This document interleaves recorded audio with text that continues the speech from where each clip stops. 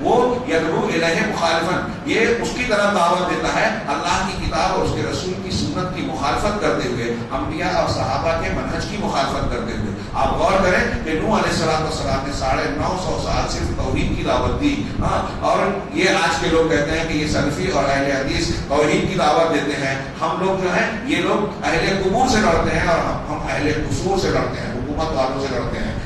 چنانچہ آپ بتائیے کہ ان کا یہ جملہ کیا یہ بتا رہا ہے کہ ان کی دعوت انبیاء کی دعوت سے زیادہ بہتر ہے؟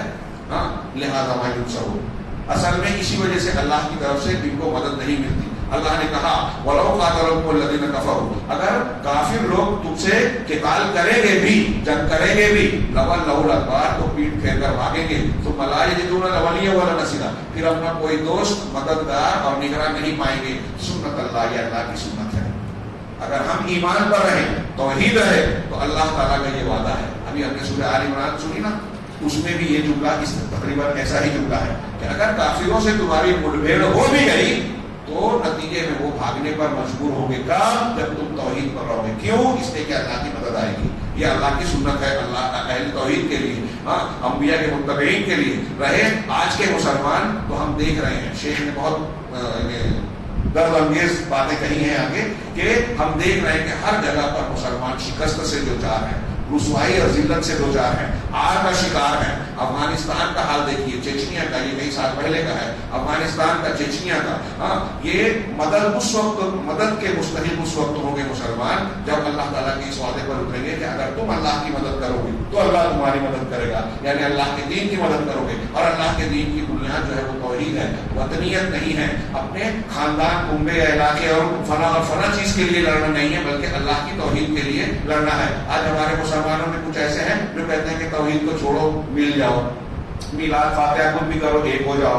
کچھ کہتے ہیں کہ نصارہ ہمارے بھائی ہیں، کچھ کہتے ہیں یہ اخوانیوں کی بات ہے کہ یہود دو طرح کے ہیں، ایک یہود اصلی ہیں، ایک یہود صہیونی ہیں۔ صہیونیوں نے فلسطین پر قبضہ کر رکھا ہے اور ان کے اندر یہ خرابیاں ہیں، باقی دوسرے یہود ہمارے بھائی ہیں، وغیرہ وغیرہ۔ جبکہ قرآن کہتا ہے کہ یہودی اور نصارے تم سے راضی نہیں ہوں گے جب تک تم ان کی ملت کی پیروی نہ کر لو، وہ تمہارے دشمن ہیں۔ چنانچہ اللہ کے نزدیک حقیقی دین اسلام ہے، اور خاتم الانبیاء محمد صلی اللہ علیہ وسلم ہے، اس کو ماننا چاہیے۔ نقش بندیہ، چشتیہ، قادریہ اور فلاں مسلک کی طرف نسبت، یہ سب گمراہ طریقے ہیں۔ اللہ تبارک و تعالیٰ کا جو دین حق ہے اسی کو، رسول کے طریقے کو ہمیں مضبوطی سے پکڑنا چاہیے، اور اس کو حقیقت میں صحیح ڈھنگ سے سمجھنا چاہیے، اور ہم پر واجب اور فرض ہے کہ اس حقیقت کو اچھی طرح جان لیں، اس کو مضبوطی سے پکڑ لیں۔ اللہ کی قسم، اگر لوگ اللہ کے دین کی طرف اور پلٹ جائیں تو اللہ تعالیٰ یورپ اور امریکہ کے مقابلے میں بھی مسلمانوں کو فتح دے گا، چاہے ظاہر میں ہم ترقی یافتہ نہ کہلاتے ہوں، کتنے بھی سادے اور بے سہارا اور بے بس نظر آتے ہوں تعداد کے اعتبار سے، وسائل کے اعتبار سے، لیکن اگر ہم اللہ کے دین کی طرف پلٹ جائیں، توحید کو اختیار کر لیں، تو دنیا کی کوئی طاقت ہمارا بال بھیگا نہیں کر سکتی۔ اللہ تعالیٰ کا وعدہ ہے وہ الذی ارسل رسولہ بالہدی ودین الحق لیظہرہ علی الدین کلہ، وہی ہے جس نے اپنے رسول کو ہدایت اور دین حق کے ساتھ بھیجا تاکہ تمام ادیان پر اس کو غلبہ دے دے، چاہے مشرکین اس کو ناپسند کریں۔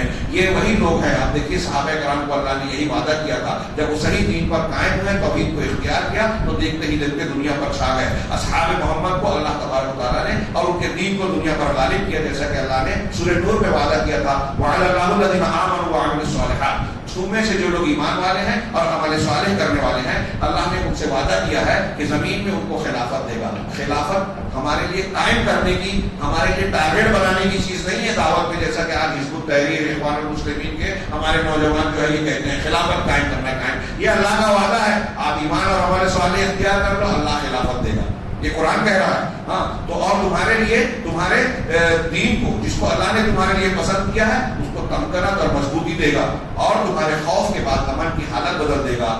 یعبدوننی لا یشرکون بی شیئا، کہ وہ میری عبادت کرتے رہیں اور میرے ساتھ کسی کو شریک نہ ٹھہرائیں۔ اس شرط کے ساتھ، مطلب یہ چیز قائم رہے گی تو اللہ تعالیٰ غلبہ دے گا۔ یہ صفات اللہ کے رسول صلی اللہ علیہ وسلم کے صحابہ کرام میں موجود تھی، لہذا اللہ نے انہیں غلبہ دیا۔ آج ہم دنیا میں مسلمانوں کو دیکھ رہے ہیں، یہ انہوں نے نام لیا ہے کہ ہم فلسطین میں دیکھتے ہیں وہاں حماس ہے، وہ اخوانی ہے، روافظ ہیں، ہم ان کی تائید کر رہے ہیں۔ یہ انہوں نے کہا کہ دیکھیے یہ اخوانی جو ہے وہ ایرانی حکومت کا طبلہ بجا رہے ہیں، اردگان کا طبلہ بجا رہے ہیں، وہ وہ اردگان جو ہے وہ طیب اردگان قبر میں جا کے اپنی انتخابی مہم شروع کرتا ہے، تصوف کو آسرا دیتا ہے، روس سے اور اسرائیل سے جو ہے معاہدہ کرتا ہے۔ ایران جو ہے وہ پوری اسلامی تاریخ میں آپ دیکھیں گے کہ اہل توحید کا دشمن رہا ہے اور اس نے شرک کو اختیار کیا ہے۔ ان کے یہاں شرکیات کی اجازت ہے۔ ابو لولو فیروز جس نے حضرت عمر کا قتل کیا تھا، اس کے مقام کو انہوں نے کعبہ کی طرح مقدس بنا کے ایران میں بنایا ہے، جہاں لوگ جا کے طواف کرتے ہیں، اور ان کے یہاں بہت سے شرک پائے جاتے ہیں۔ وہ شرک کرتے ہیں، حماس جماعت اسلامی اس کی تائید کرتی ہے۔ آیت الکرسی کا سبب انبیاء کی دعوت سامنے رکھی اور بتائیے کہ اگر ہم فلاح، نجات اور غلبہ چاہتے ہیں تو کیا مشرکین کی تائید اور شرک کے ساتھ ہم کو اللہ کی مدد مل سکتی ہے، ہم کامیاب ہو سکتے ہیں؟ یہ شیخ نے کہا کہ یہ اخوان ان کا طبلہ بجاتے ہیں۔ ان گمراہ حکومت جو ایران کی ہے، جو کہ یہود و نصارہ سے زیادہ گمراہ ہیں، یہ دلائل سے علماء امت نے ثابت کیا ہے کہ روافض جو ہے یہود و نصارہ سے زیادہ گمراہ ہیں، اور ہماری تاریخ قدیم اس پر شاہد ہے۔ ان سب کے باوجود ہمارے بہت سارے لوگ ان کے پیچھے چلتے ہیں، اور اہل توحید سعودی عرب ان کی مخالفت کرتے ہیں۔ ان کی کوئی غلطی ہو جائے تو اس کو شرک سے بڑھاوا دیتے ہیں اس بنیاد پر۔ یہ جانتے ہی نہیں کہ دوستی اور دشمنی کی بنیاد کیا ہے۔ یہ توحید ہی دوستی دشمنی کی بنیاد ہے۔ جو توحید والا ہے ہمارا بھائی ہے، جو شرک والا ہے وہ ہمارا بھائی نہیں ہے۔ تو شرک کرنے والوں کی آپ تائید کر رہے ہو، توحید والوں کی آپ مخالفت کر رہے ہو۔ چنانچہ حماس پر واجب ہے، شیخ کہتے ہیں کہ وہ روافض سے تعلق نہ رکھیں، دشمنوں کا آلہ کار نہ بنے، اور ضروری ہے کہ کوئی بھی دعوت جو ہے دنیا میں اگر کامیابی سے ہمکنار کرنا ہے تو وہ جو ہے توحید کو بنیاد بنائے۔ آگے انہی بنیادوں کو بیان کرتے ہوئے شیخ نے بہت قیمتی باتیں کہی اور کہا کہ ہم پر ضروری ہے کہ توحید سیکھیں، اللہ اور رسول کی دعوت جو طریقہ بتایا گیا ہے اس کو سیکھیں، تو ہم کو دنیا میں عزت اور قوت حاصل ہوگی۔ دین توحید ہی نہیں، دنیا جتنی بھی عبادات ہیں، نماز، روزہ، حج، زکات، ساری چیزیں قرآن و حدیث سے لیں جو اصل دین کا ماخذ ہے، اور اس پر پھر سختی سے عمل کریں، تو یہ یقینی ہے کہ اللہ تبارک و تعالیٰ ہماری مدد کرے گا، مسلمانوں کو ذلت و خواری کے دار سے نکالے گا۔ اور پھر آخر میں انہوں نے یہ کہا کہ خاص طور سے میں نوجوانوں سے کہوں گا کہ اصل دین کو معتمد اور ثقہ علماء سے حاصل کریں، فنا اور فنا سے نہیں، جو دانشور ہیں، مشہور ہو گئے، ان کو اتنے لائک کرنے والے ہیں، جن کو یہود و نصارہ لانچ کرتے ہیں، ان کے پیچھے نہ بھاگیں، قابل اعتماد علماء سے دین کو سیکھیں، اور اس دین کی بنیاد یہ آیت الکرسی میں سمٹی ہوئی ہے۔ اللہ تبارک و تعالیٰ ہمیں اپنی توحید کو سمجھنے اور اس کے تقاضوں کو پورا کرنے کی توفیق عطا فرمائے، اور اس کے ذریعے دنیا اور آخرت کے ہر قسم کے فتنے اور عذاب سے محفوظ رکھے۔ وآخر دعوانا ان الحمد للہ رب العالمین، وصلی اللہ علیہ وسلم۔